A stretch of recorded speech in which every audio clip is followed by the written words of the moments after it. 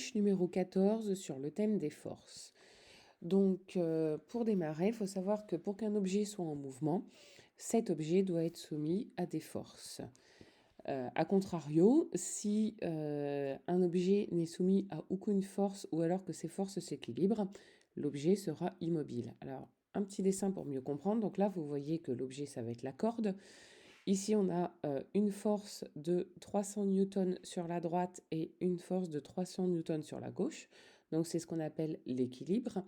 Donc, du coup, la corde ne bougera pas, il restera au même endroit. Maintenant, deuxième exemple, ici, on a une force de 100 newtons vers la droite et de 300 newtons vers la gauche. Donc, la force vers la gauche est plus importante.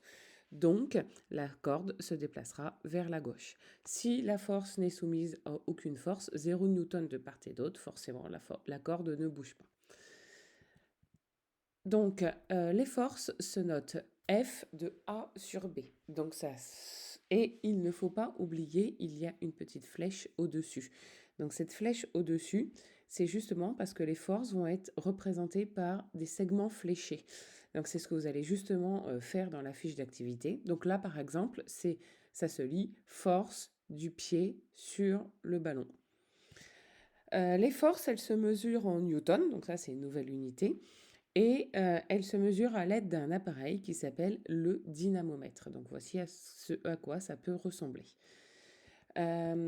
Donc une force, ça a 4 caractéristiques. Une direction, un sens, un point d'application et une valeur, donc en newton. Un petit exemple pour que ce soit plus concret et mieux comprendre. Donc ici, par exemple, c'est la force du verre sur la table. Donc au niveau de la direction, cette force, elle est verticale. Une force, ça peut être horizontale, ça peut être oblique, donc ça c'est la direction. Ensuite, le sens. Cette force, elle est vers le bas. Et oui, quand c'est vertical, ça peut être vers le haut ou vers le bas. On n'a que 2 choix possibles, mais il faut l'indiquer. Donc ça, c'est le sens. Le point d'application.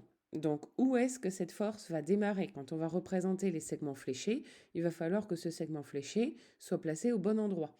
Donc là, en général, c'est le point de contact entre le verre et la table. Là où l'action, la force va être faite. Lorsque c'est une action qui est faite sur un objet entier, cette force, on la représente sur le centre de gravité. En général, c'est le milieu. Et donc la quatrième caractéristique, c'est la valeur, donc en newton. En général, on ne le voit pas apparaître sur ce dessin, mais en général, on vous donne une échelle. Donc on vous dit, représentez la force du verre sur la table, sachant que 1 newton est représenté par 1 centimètre, par exemple. Et donc il faut la mettre au bon endroit, dans le bon sens, la bonne direction, avec la bonne longueur. Pour nous aider à représenter les forces, on fait ce qu'on appelle des diagrammes objet-interaction. Donc voilà ce à quoi ça ressemble. Donc par exemple, notre objet ici, ça va être une balle. Cette balle, elle est en interaction, donc il va y avoir une force entre la balle et d'autres choses.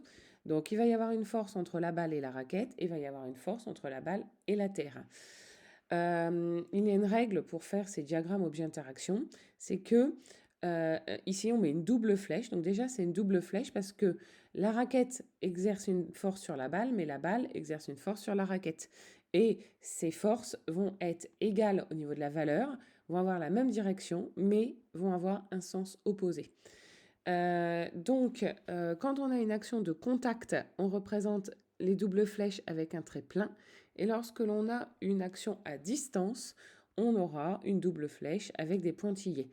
Donc là, en fait, la raquette va toucher la balle, mais la balle, en fait, elle est toujours attirée par la terre. C'est ce qu'on appelle la gravité. Elle va avoir tendance à chuter, cette balle.